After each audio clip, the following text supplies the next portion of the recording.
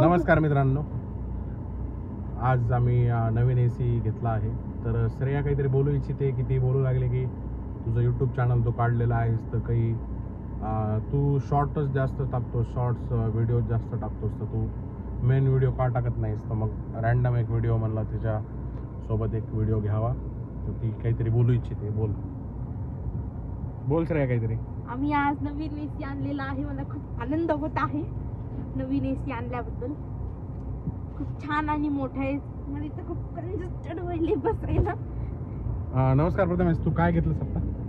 बीडी bomb आणि लसूण bomb. बीडी बॉम्बच आणायला सांगितलं तुम्ही, तुला लसूण बॉम्ब का आणलं? कारण की ते काउंट फिगर होऊ लागली म्हणून. श्रेया म्हणू लागली मला, तू रॅन्डम व्हिडिओ का घेत नाहीस यूट्यूबचे?